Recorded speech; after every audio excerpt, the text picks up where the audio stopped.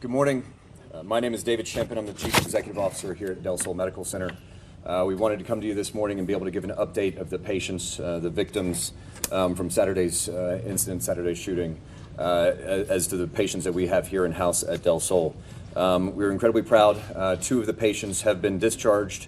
1 patient has been transferred to another local hospital. 5 remain in stable condition, and 1 remains in critical condition.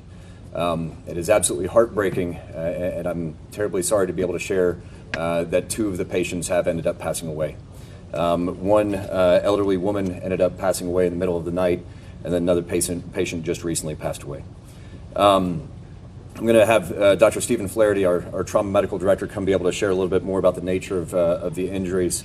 But the nature of the patients that we ended up seeing and the way in which the person who did this was shooting indiscriminately. The challenges that our care team has had in taking care of a lot of these patients has been beyond just treating their gunshot wounds. It's been treating other comorbidities and other issues that these patients have had. And so my sincere compliments to the entire team for the work that they have done in what has been nearly impossible situations. I'm going to ask Dr. Flaherty to be able to come in and share a little bit more. Dr. Flaherty.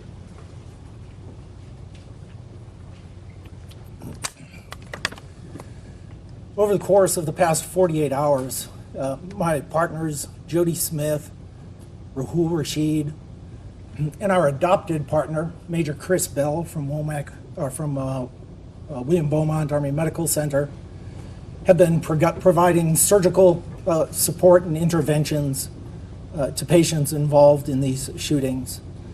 We have been providing continuous care in the intensive care unit to these most critically injured patients.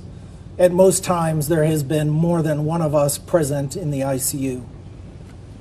Unfortunately, these wounds have been devastating and major, and we are deeply saddened to be here today to have to tell you that 2 patients have passed.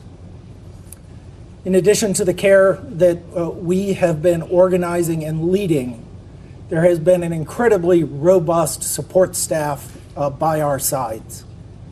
The nursing staff has been incredible. The Del Sol ICU nurses have been amazing.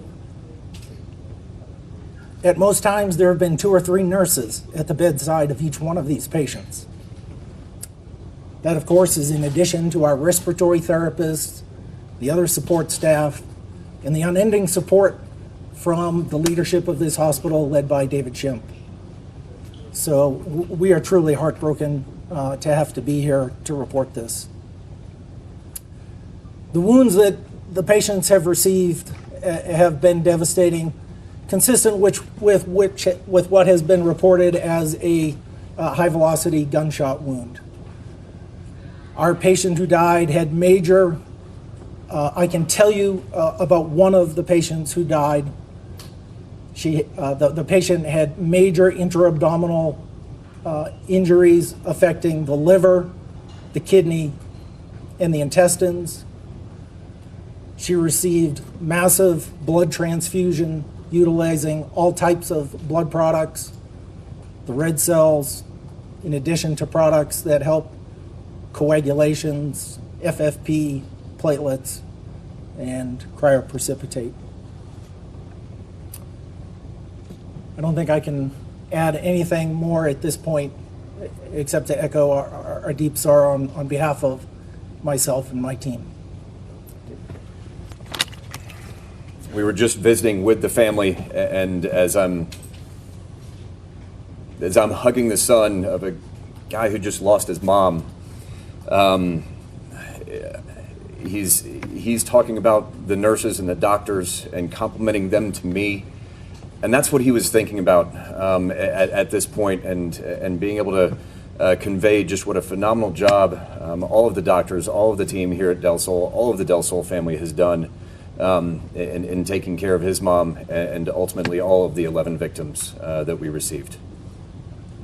Happy to open it up to any questions. Did the ages of the 2 patients have anything to do, first of all, obviously the injuries, but is there a way that you can either release the names or at the very least the ages, to see if that had anything to do with the challenges? I'm sorry, out of respect for the families, we can't release them right now.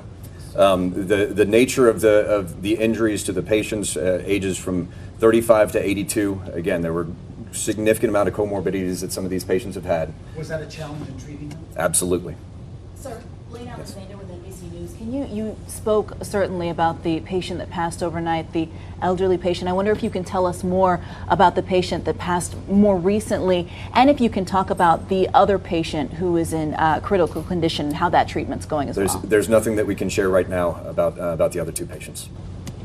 So I just want to clarify, we learned a short time ago that an elderly woman passed away.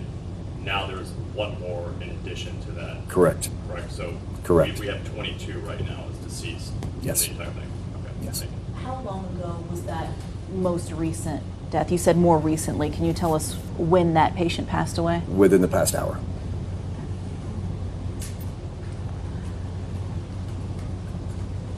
Thank you all very much.